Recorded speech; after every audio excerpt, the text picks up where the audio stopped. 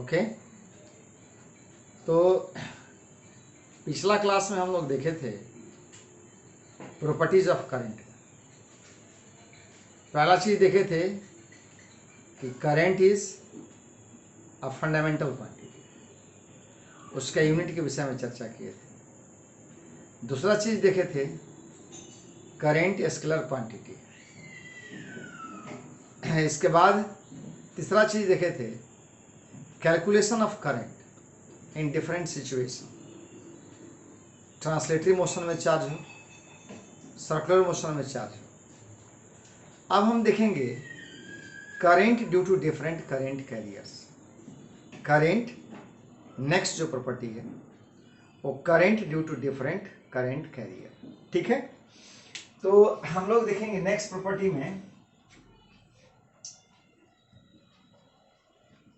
Current due to different current carrier. ठीक, तो हम लोग यहां देखेंगे कि तीन तरह का मटेरियल है। मटेरियल का मतलब स्टेट ऑफ मैटर तीन तरह का normally generally, solid, liquid, gas. तो तीनों स्टेट में देखेंगे कि करंट किसके चलते होता है। सॉलिड में, लिक्विड में करंट किसके चलते और गैस में किसके चलते। तो यहां हमने पॉइंट मार्क कराया आपको, अब पता नहीं क्या नंबर है, देख लीजिएगा, हो सकता है 4th नंबर हो। Current due to different current carrier में पहला है सर इन सॉलिड। सॉलिड के केस में, तो सॉलिड के केस में आपको आएगा कंडक्टर और सेमीकंडक्टर। इसमें दो हमारे पास है, एक है कंडक्टर है और दूसरा क्या है सर, सेमीकंडक्टर। कंडक्टर में क्या होता है सर, तो कंडक्टर में तो आपको बता दिए हैं कि कंडक्टर में फ्री इलेक्ट्रॉन होता है, एटम कभी मूव नहीं कर सकता है। तो कंडक्टर में करंट कैरियर केवल और केवल इलेक्ट्रॉन होता है। जैसे हम लोग कॉपर, सिल्वर, गोल्ड, किसी कंडक्टर को ले लें और एक वायर के रूप में ऐसे फोल्ड हम कर देते हैं, इसमें करंट कैरियर क्या होगा,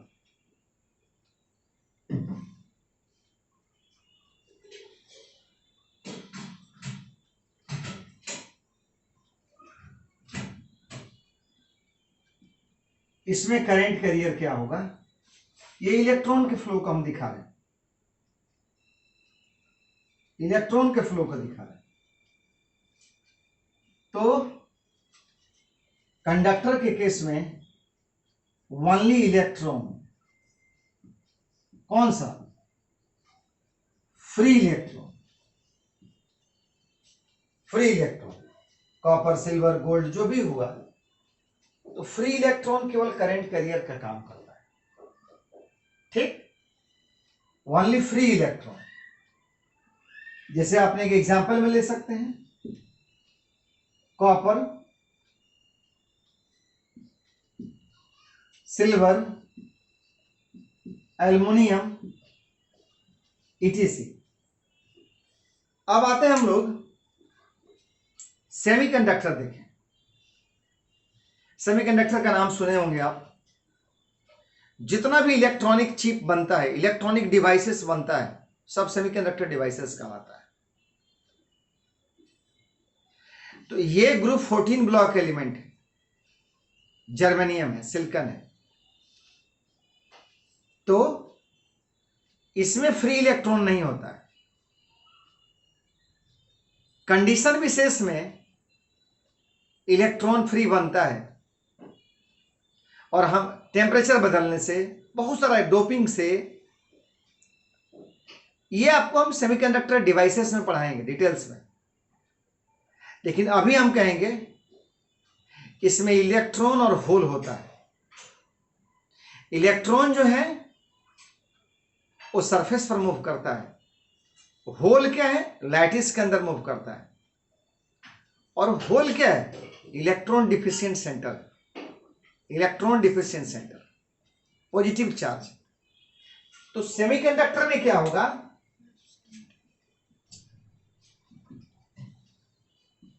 सेमीकंडक्टर में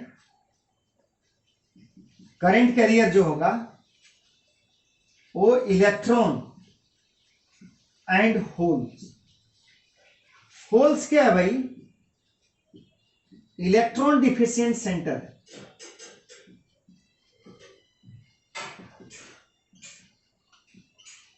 इलेक्ट्रॉन डिफिशिएंट सेंटर है ये। और होल को तो जानते थे, इलेक्ट्रॉन को तो जानते हैं। जैसे मान लीजिए सेमीकंडक्टर ले लें, इसमें होल है, ये लैटिस के अंदर,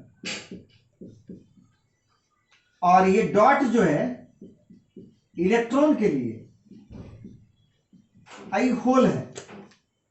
तो सेमीकंडक्टर में होल्स और इलेक्ट्रॉन करंट कैरियर के रूप में, इलेक्ट्रॉन्स एंड होल्स। होल्स क्या, इलेक्ट्रॉन डिफिशिएंट सेंटर है जो लैटिस में, इंटायर लैटिस में मूव करता है। हम बताएंगे डिटेल्स में, लेकिन अब अगर दिमाग में प्राइमरी लेवल की जीके लेवल का क्वेश्चन होगा तो हम कह सकते हैं कि सेमीकंडक्टर में करंट कैरियर होल और इलेक्ट्रॉन है। और कंडक्टर में क्या है भाई, इलेक्ट्रॉन है केवल, वहां एटम मूव नहीं करता है। ठीक, अब तो हम लोग सॉलिड के केस में देख लिए कि सॉलिड में अगर कंडक्टर लिए हुए हैं, यहां करंट कैरियर इलेक्ट्रॉन है, सेमीकंडक्टर लिए हुए हैं तो ये है। और इसका एग्जाम्पल क्या है, group 14 block element, germanium, silicon, etc.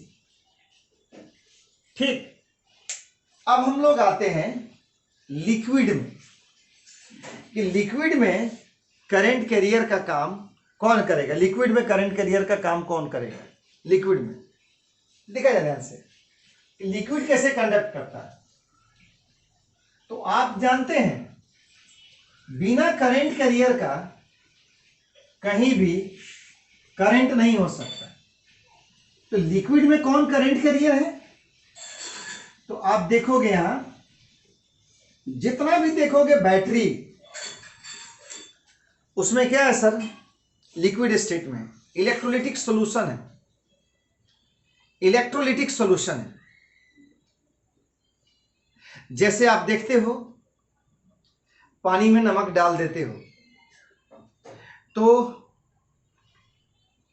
वो ब्रेक कर जाता है, आयनाइज हो जाता है, Na+ और Cl-। ध्यान देगा, आयन का मतलब क्या है और चार्ज का मतलब क्या है, तो समझेगा। Electron is the charge, but Na+ is not a charge, Cl- is not a charge, Na+ is an ion, Cl- is an ion. What is difference between ion and charge? The electron is charge itself, but ion is the carrier of charge, which carries charge. Ion क्या है, a species which carries charge from one point to another point, one place to another place. अंतर समझा जाए। और इसकी mobility कम होती है electron से, क्योंकि काफी हेवी होता है।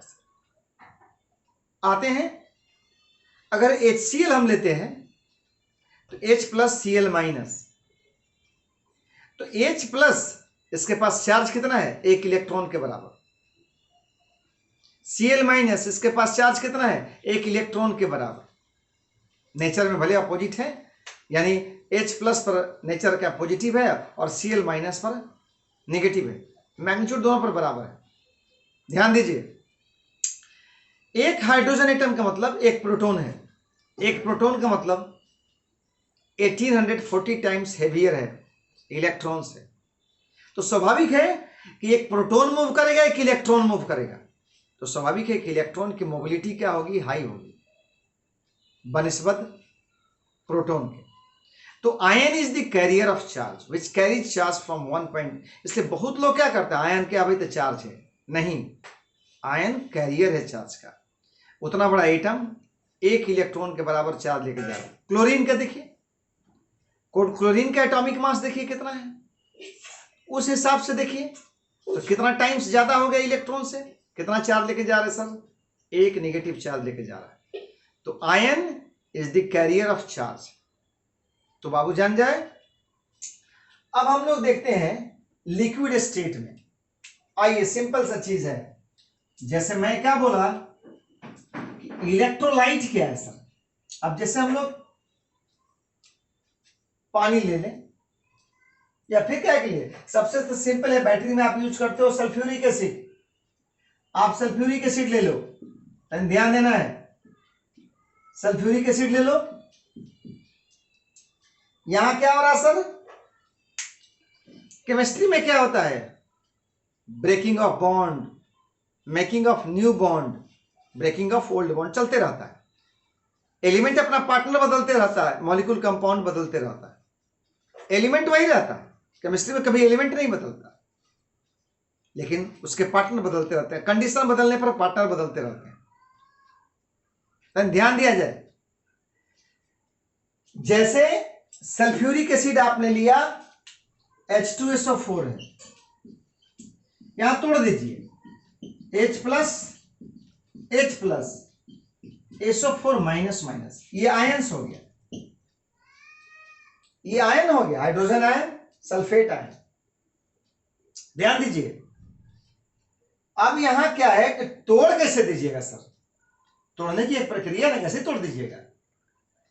तो हम क्या करते हैं, इसमें जिंक का प्लेट डालते हैं या लेड का डालते हैं, कुछ भी डाल दो, इसमें प्लेट डाल देते हैं जिंक का, और यहां कॉपर का भी प्लेट डाल सकते हैं या लेड का डाल दो। जैसे ही आप जिंक का प्लेट डालोगे बाबू, ध्यान दो, अब ये ब्रेक हो जाएगा,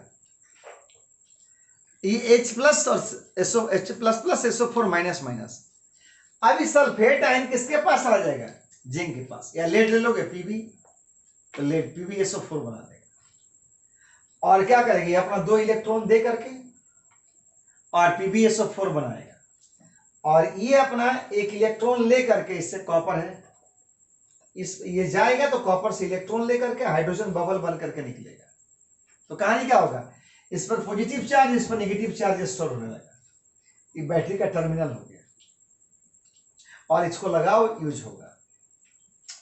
हमको बैटरी का टर्मिनल यहां नहीं बनाना, हमको बाबू को यही बताना है कि जैसे डाले इसमें टूट करके अब आयन हो गया H plus SO4 minus minus. हमारा काम ये बताना है, बैटरी बना नहीं बना वो दूसरी चीज है।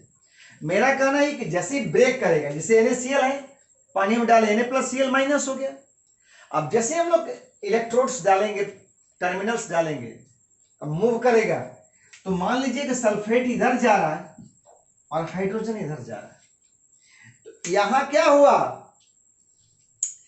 कि लिक्विड के केस में करंट कैरियर कौन बना, आयन बना, पॉजिटिव और नेगेटिव आयन बना, करंट कैरियर पॉजिटिव और नेगेटिव आयन बना। तो लिक्विड के केस में करंट कैरियर आयन बना, और आयन क्या है sir, species which carries charge, ion is the carrier of charge. ठीक, तो लिक्विड में करंट कैरियर क्या भाई, in liquid current carrier ions, positive और निगेटिव। और फिर क्या देखेगा बाबू, आयन क्या है भाई, species which carries charge,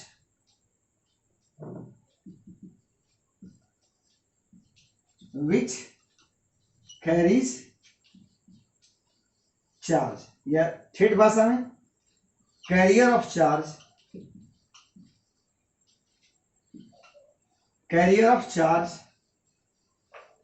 is called ions.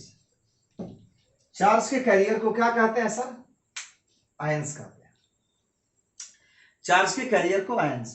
तो लिक्विड के केस में आयन हमारा करंट कैरियर है। जैसे मैंने क्या बोला, इलेक्ट्रोलिसिस की प्रक्रिया है। What is electrolysis? The process of dissociation of compound into ions called electrolysis.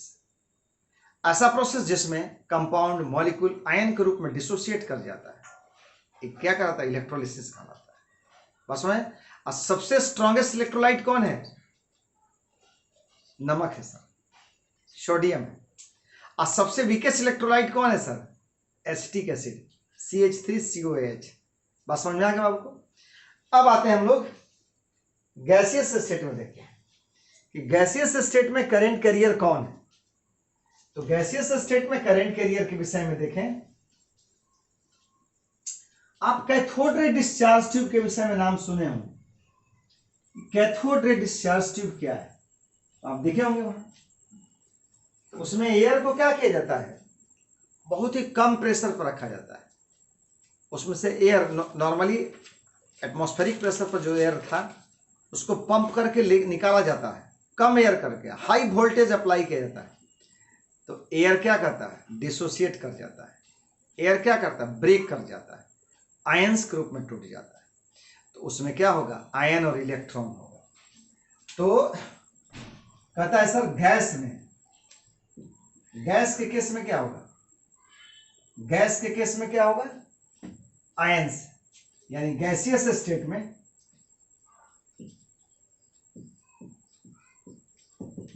में क्या होगा? आयंस एंड वो भी न्यूट्रल चीज को तोड़िएगा, न्यूट्रल चीज से इलेक्ट्रॉन का बढ़िएगा इलेक्ट्रिक फील्ड लगाकर, तो आयंस और इलेक्ट्रॉन होगा। कैथोड रे डिस्चार्ज ट्यूब में इसका जीता जागता एग्जाम्पल है।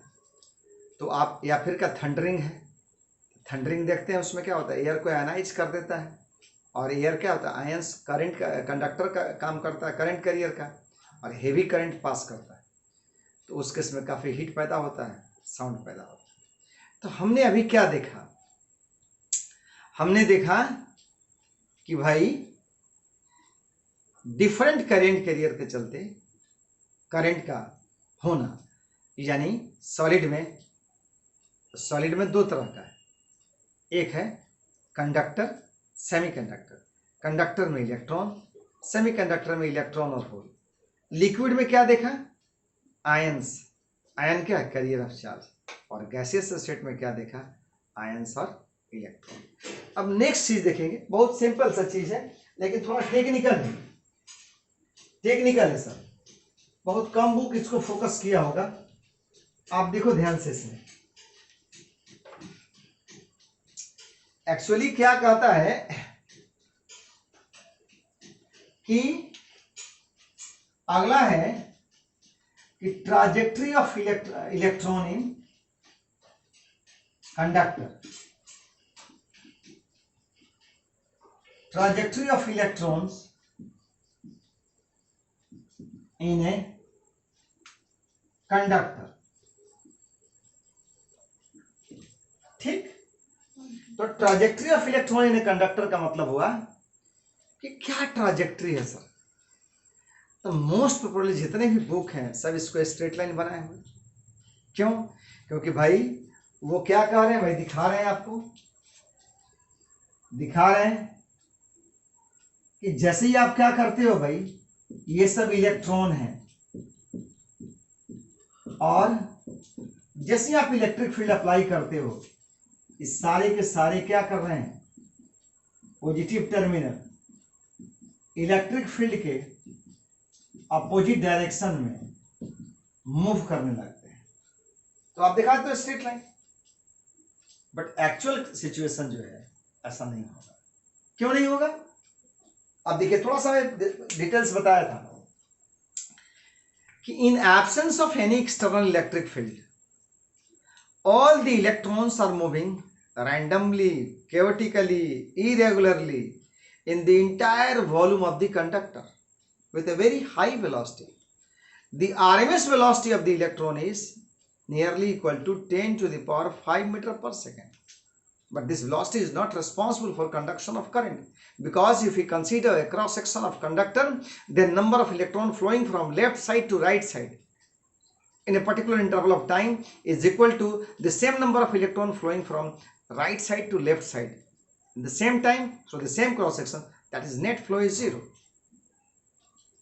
तो मैं यहां क्या बताने जा रहा हूं कि भाई आप जब इलेक्ट्रिक फील्ड नहीं लगाए थे, तो all these electrons are moving randomly in the entire volume with a very high velocity.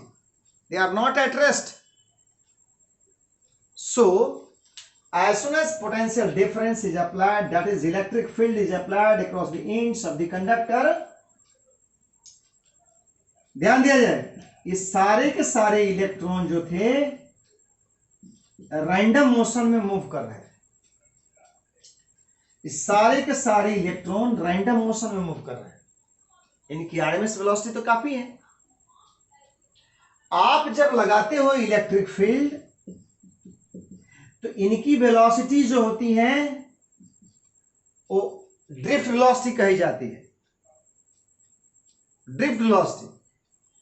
और this drift velocity Vrms is nothing nearly equal to 10 to the power 5 meter per second, and V drift is nearly equal to 10 to the power minus 5 meter per second or minus 4 meter per second. This is very slow. This is very small velocity. आप सोचो current के लिए जो responsible velocity है, हम आगे drift velocity पढ़ाएंगे बाबू को। तो करंट के लिए जो रिस्पॉन्सिबल वेलोसिटी है, जिसका नाम ड्रिफ्ट वेलोसिटी है, जो एप्लीकेशन ऑफ इलेक्ट्रिक फील्ड के चलते हुआ है, उसकी वैल्यू बहुत कम है। अब देखो ध्यान से, जब इलेक्ट्रिक फील्ड लगा दिया तो इलेक्ट्रिक फील्ड क्या करेगा? exert force on each electrons. They try to attract the electron towards the positive terminal.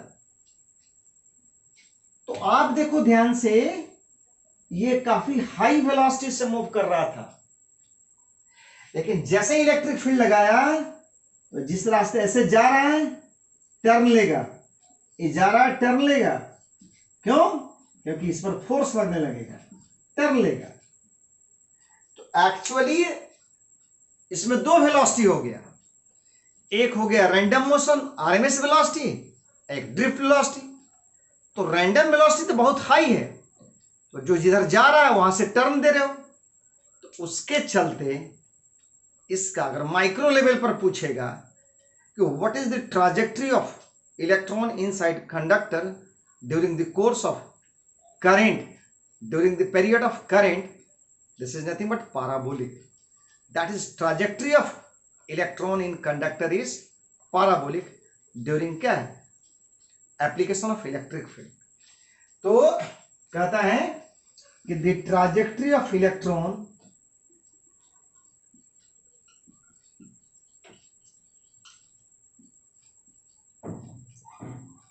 Is parabolic. The trajectory of electron is parabolic. Electron की ट्राजेक्टरी जो है वो क्या है सर? पैराबोलिक। बात समझ में आ गई? तो आपने क्या देखा, छोटा छोटा ऐसे बहुत सारा चीज है भाई। Heating effect of current, chemical effect of current, जैसे thermal effect of current, chemical effect. Current कितने तरह का? दो तरह का है, एसी है, डीसी है। अरे भाई इसको तो हमको पढ़ाना है ना, एसी एक चैप्टर है, डीसी के विषय में बताना है, तो क्यों इतना हम आपका प्रॉपर्टीज में झूठ मूठ करके एक एक करके जुड़ते जाए। हाँ, सुन लिया आपने, केमिकल इफेक्ट है करंट का इलेक्ट्रोलिसिस में, थर्मल इफेक्ट, जितना भी आयरन फायरन हीटिंग एप्लियंसेस है, जितना भी हीटिंग एप्लियंसेस है उसमें करंट का हीटिंग इफेक्ट है। इसके बाद में हम लोग देखेंगे क्या चीज़। अब आते हैं दूसरा चीज़।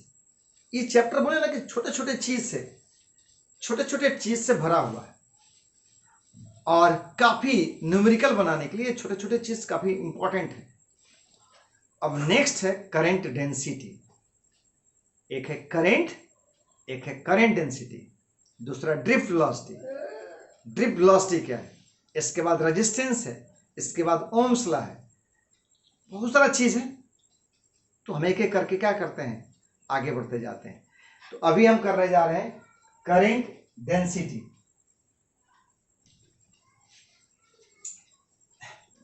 बेसिक इंफॉर्मेशन हमने अभी करंट के विषय में दिया, बहुत सारा डिटेल्स है इसका, लेकिन छोटे छोटे रूप में इंट्रोड्यूस किया आपको इसको। अब हम क्या कर रहे हैं सर, बताने जा रहे हैं करंट डेंसिटी क्या, समझना है इसको। करंट डेंसिटी क्या है, पहले इसका डेफिनेशन सुन लीजिए व्यापक रूप से। कहता है it is always defined at A point inside a conductor. It is always defined at a point inside a conductor. इसका मतलब है कि एक ही कंडक्टर के अलग अलग पॉइंट पर करंट डेंसिटी का मान अलग अलग होगा। इसका मतलब ये समझना है, current density is always defined at A point inside a conductor and is nothing but a vector quantity, and is nothing but a vector quantity having magnitude equal to current per unit area surrounding that point. हम pictorial view देंगे, current per unit area surrounding that point and is directed in the direction of current, in the direction of electric field, and is directed in the direction of electric field in the conductor. बाबू देखिएगा ध्यान से, मैं बोल रहा हूं क्या कि जैसे हम क्या कर रहे हैं, कोई एक कंडक्टर ले लेते हैं, तो इसके किसी पॉइंट पर करंट हमको डिफाइन करना है, किसी पॉइंट पर डिफाइन करना है करंट। तो किसी पॉइंट पर डिफाइन करना है, तो इस पॉइंट को सराउंड कर दीजिए छोटे से एरिया से, let it be ds। Area vector भी है, एरिया स्केलर भी है, बता चुके हैं हम। अब यहां देखिए ध्यान से, ये पॉइंट P है, इस P पॉइंट पर हमें क्या करना है, करंट डेंसिटी डिफाइन करना है। इस P पॉइंट पर करंट डेंसिटी डिफाइन करना है, तो उस पॉइंट को सराउंड करना है एरिया से, एक छोटा सा एरिया से सराउंड कर दिए। तो करंट डेंसिटी को J से रिप्रेजेंट किया जाता है, capital J, vector J is nothing but I by क्या होता है, ds। I by ds into, अब आया ध्यान दिया जाए, बताए थे ना, ये एरिया वेक्टर है, इसका ऐसे हम ढक लिए, कुछ दिखाई नहीं दे रहा इस पर, ऐसे खोल दिए, आप ऑब्जर्वर उस साइड में हो, इसके लिए इसका एरिया का मुंह उधर खोल रहा है। दो चीज बाबू को बताए थे, plane of area and direction of area. Plane of area means the plane in which area lies, so this is the plane of area and this is the direction of area. The direction of area is always at right angle to the plane of the area. The direction of area is always at right angle to the plane of the area. That is, let the direction of area is nothing but right angle to the, this is the plane of area, this is the plane of area, this is the plane of area, and this is the direction of area. Let n be the direction of area. n क्या है sir, unit vector. Unit vector always indicates the direction because its magnitude is always 1. तो n क्या है, unit vector है n, तो ये क्या है, unit vector perpendicular to the plane of the area, plane of the area, and is directed in the direction of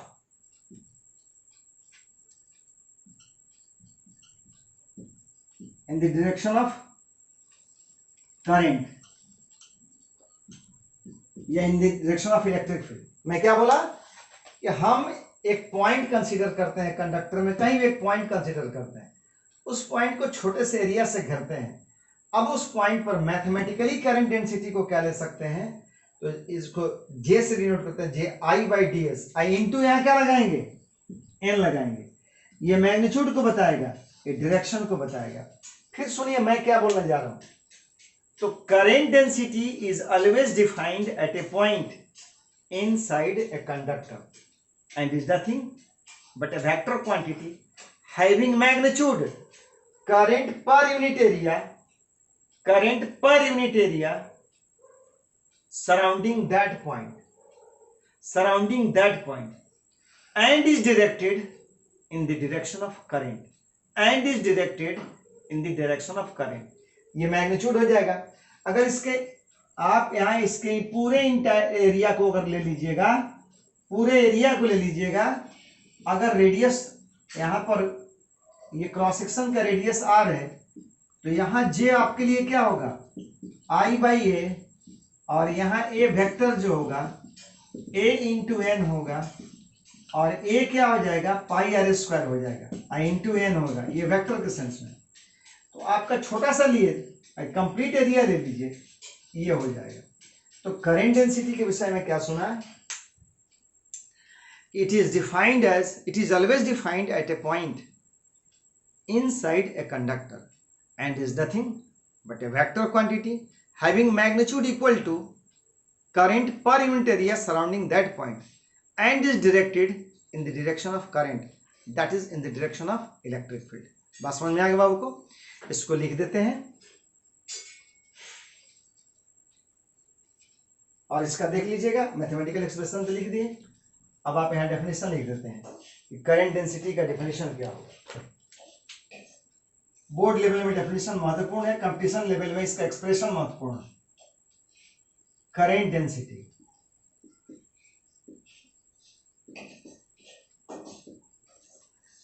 it is always defined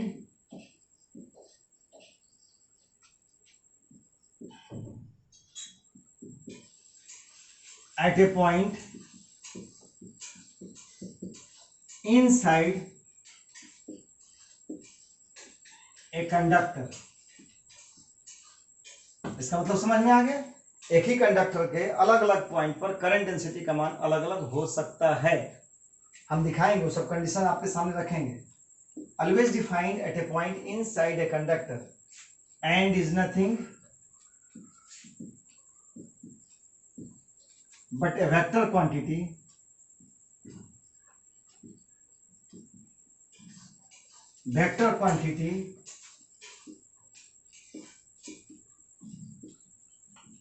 having magnitude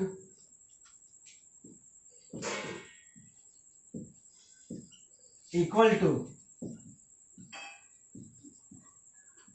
current per unit area,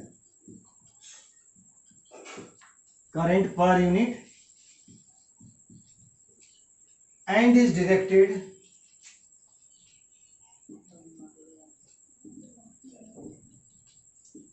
in the direction of current।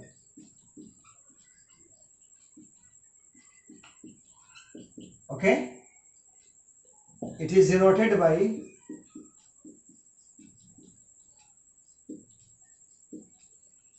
J, vector J। Mathematically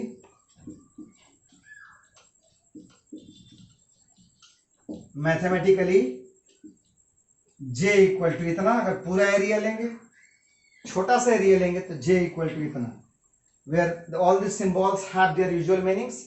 here n denotes the unit vector. तो आपने देख लिया। फिर condition बदलते हैं current density के लिए दूसरा। यहां बार बार मैं बोल रहा हूं कि एरिया क्या होना चाहिए, एरिया का जो प्लेन होना चाहिए, एरिया का जो प्लेन होना चाहिए वो क्या होना चाहिए, perpendicular to the direction of current होना चाहिए। एरिया का जो प्लेन होना चाहिए perpendicular to the direction of क्या होना चाहिए, perpendicular to the plane of the area होना चाहिए, in the direction of area होना चाहिए।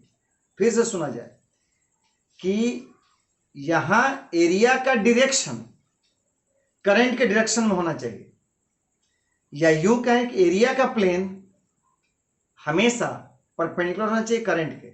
अगर ऐसा नहीं हुआ तब ऐसे स्लाइस के रूप में तिरछे स्लैंटिंग पोजीशन में अगर काटा हुआ है कंडक्टर, या ऐसा कंडक्टर आपका है, तो देखते हैं क्या होगा। फिर हम आते हैं दूसरे कंसेप्ट में, करंट डेंसिटी को।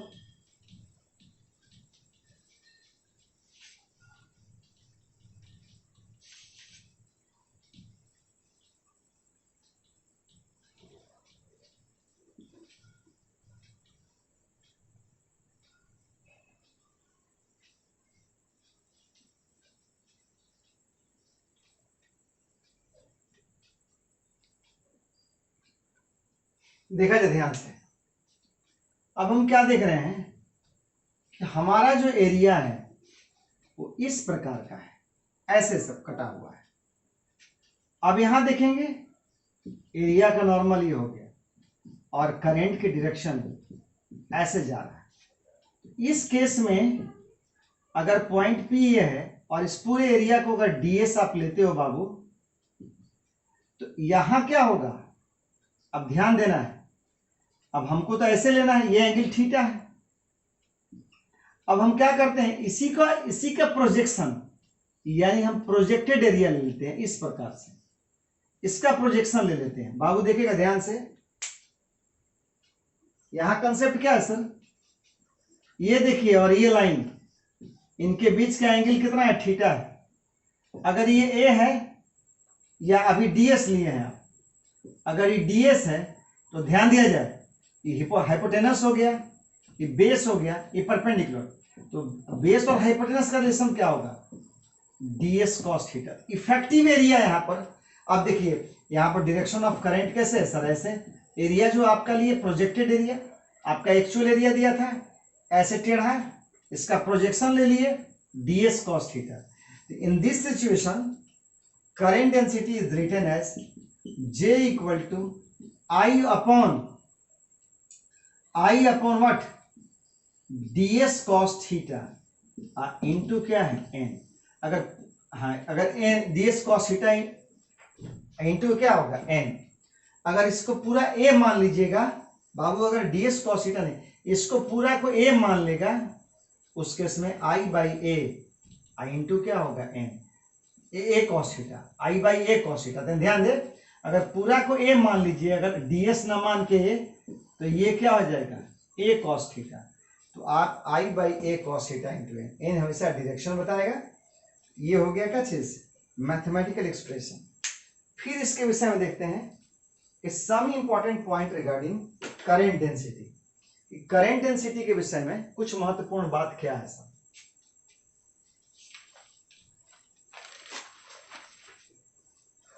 ठीक है, आप इसको देख लीजिएगा।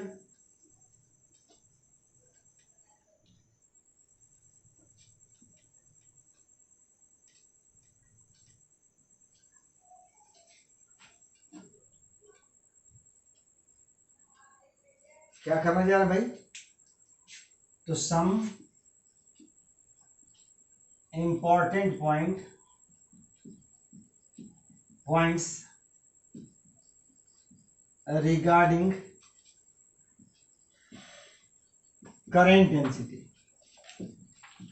कुछ करंट डेंसिटी के विषय में महत्वपूर्ण बात क्या है। पहला चीज कहता है it is a vector quantity, ठीक, इसी में लिखते हैं क्या, 75 को पॉइंट बनाएंगे। इट्स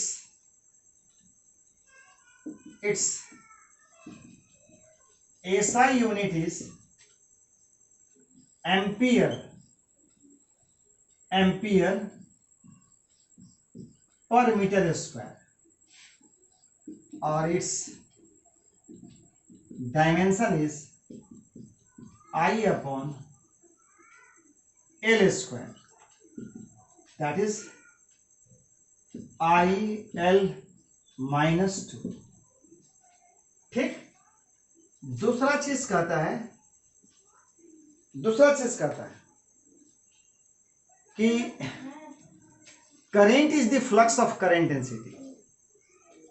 जैसे आप देखे थे वहां ना, आप देखे थे इलेक्ट्रिक फील्ड में E डॉट ds देखे थे,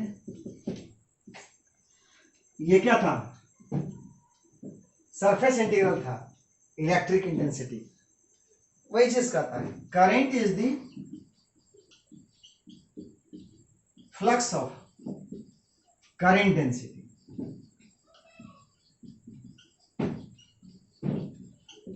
current is the flux of current density, current is the flux of current density, यानी J equal to integral I dot ds। ये क्या सरफेस इंटीग्रल है, तो current is the flux of current density. अब सबसे महत्वपूर्ण बात, महत्वपूर्ण प्रॉपर्टी आप बताने जा रहा हूं आपको, जिससे न्यूमेरिकल बनेगा। अब वो तीसरा प्रॉपर्टी क्या है सर, जैसे हम लोग एक बार कहीं देखे थे, कहीं क्या विस्कोसिटी थी, में विस्कोसिटी में देखे थे प्रिंसिपल ऑफ कंटिन्यूटी। तो प्रिंसिपल ऑफ कंटिन्यूटी में क्या देखे थे, वहां देखे थे the product of velocity and area of cross section, the product of velocity and area of cross section always remains constant. नल को देखिए, नल से पानी को खोल दीजिए, नल के थोड़ा मुंह को दबाइए, फोर्स उसका बढ़ जाएगा, वेलोसिटी बढ़ जाएगा, नल के मुंह को चौड़ा कीजिए, घट जाएगा, यानी दोनों का प्रोडक्ट हमेशा कांस्टेंट। उसी तरह से यहां पर क्या कहता है, तीसरा प्रॉपर्टी जो बहुत महत्वपूर्ण है, ये कहता है कि एट एनी, कह रहा है क्या कि at any point of the conductor, at any point of the conductor the product of current density and area of cross section always remains constant. At any point of conductor, at any point of flow, at any point of conductor, the product of current density and area of cross section always remains constant. बाबू को देखेगा, एक pictorial view हम लोग लेते हैं, और ये pictorial view जो है कुछ टेढ़ा मेढ़ा हम आपको बना दिए हैं। 3 पॉइंट लिया जाए, area of cross section A1 है, यहां पर area of cross section A2 है, यहां पर A3 है, और यहां करंट डेंसिटी J1 है, ये J2 है, और ये J3 है। अब देखिए ध्यान से, इसमें क्या कहता है, J1 J2 J3, अब ये सब करंट कैरियर है, ये सब करंट कैरियर है। अब देखिए ध्यान से,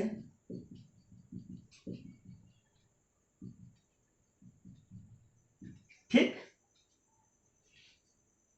मान लीजिए कोई पॉइंट P है, Q है, R पॉइंट है। मेरा कहना है the product of current density and area of cross section always remains constant at any point of its flow, that is J1 A1 equal to J2 A2 equal to, क्यों कर रहे हैं sir, इसको आप समझाइए। देखिए ध्यान से, वहां क्या देख रहे हैं कि ट्यूब, हम जब क्या कर रहे थे, मुंह को कम कर रहे थे, एरिया ऑफ क्रॉस सेक्शन को ट्यूब का कम कर रहे थे नल का, तो वेलोसिटी बढ़ जा रहा। इसका मतलब कि 1 सेकंड में जितना पानी नल के एक एंड में इन किया है, उतना ही 1 सेकंड में दूसरे एंड से निकलना है। तो आप जब एरिया बड़ा करते हो तो वेलोसिटी कम, चूंकि पानी तो उतना ही मात्रा में निकलना, और जब एरिया कम कर देते हो तो वेलोसिटी हाई, क्योंकि उतना ही टाइम में पूरा पानी निकल जाना है, जितना इंटर किया उतना आउट करना है, चूंकि लिक्विड क्या इनकम्प्रेसिबल है सर।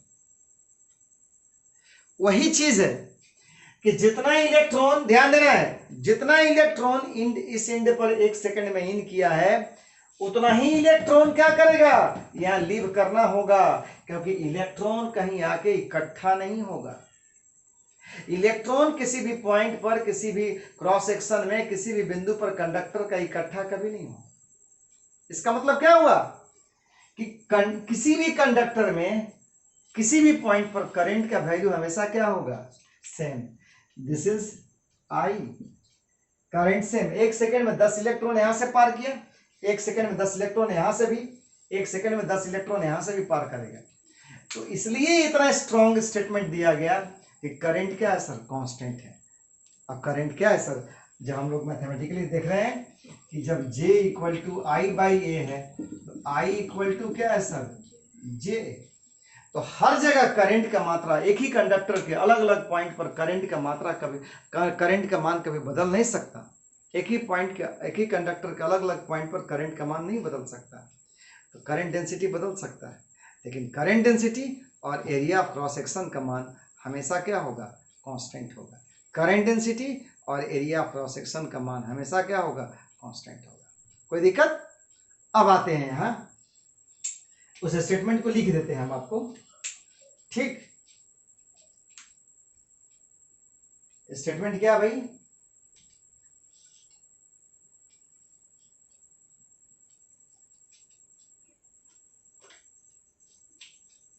कह रहा है स्टेटमेंट में, ये तीसरा प्रॉपर्टी आपका है, at any point of the conductor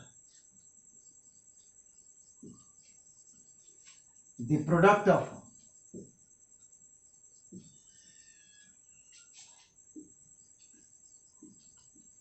current density and area of cross section always remains constant, always remains constant at any point of the conductor. The product of current density and area of cross section always remains constant, and this constant is nothing but what, current। यही constant क्या है sir, current। current का मान हमेशा क्या होगा, current का मान हमेशा क्या होगा, constant होगा किसी कंडक्टर में। तो न्यूमेरिकल बनाने के लिए आपको क्या करेगा, काफी मदद करेगा। चलिए अब हम आपको फॉर्मूला जो बताए हैं, तो जो फॉर्मूला हम बताए हैं आपको, एक तो ट्रांसलेटरी मोशन के चलते हैं, तो तनी जोड़ देते हैं उसको, इंटरलिंक कर देते हैं करंट डेंसिटी से, करंट डेंसिटी से इंटरलिंक करके देखते हैं।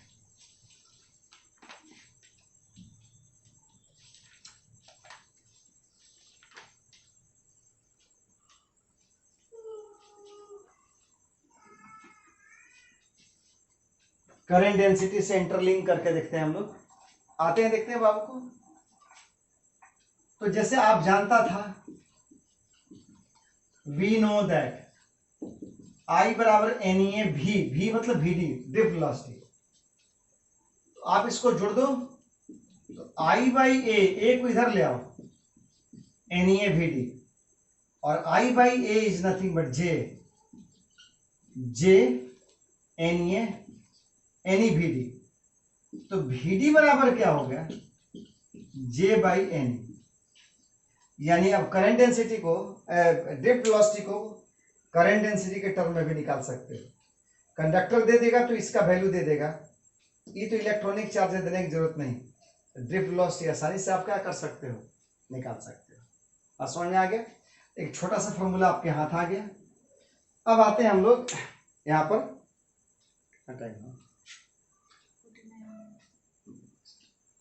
ठीक है, स्टॉप कर दिए।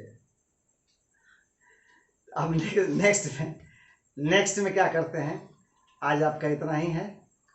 नेक्स्ट में क्या करते हैं कि फिर हम आएंगे ड्रिफ्ट वेलोसिटी, करंट डेंसिटी के बाद क्या है, नेक्स्ट आर्टिकल है drift velocity. Okay, thank you.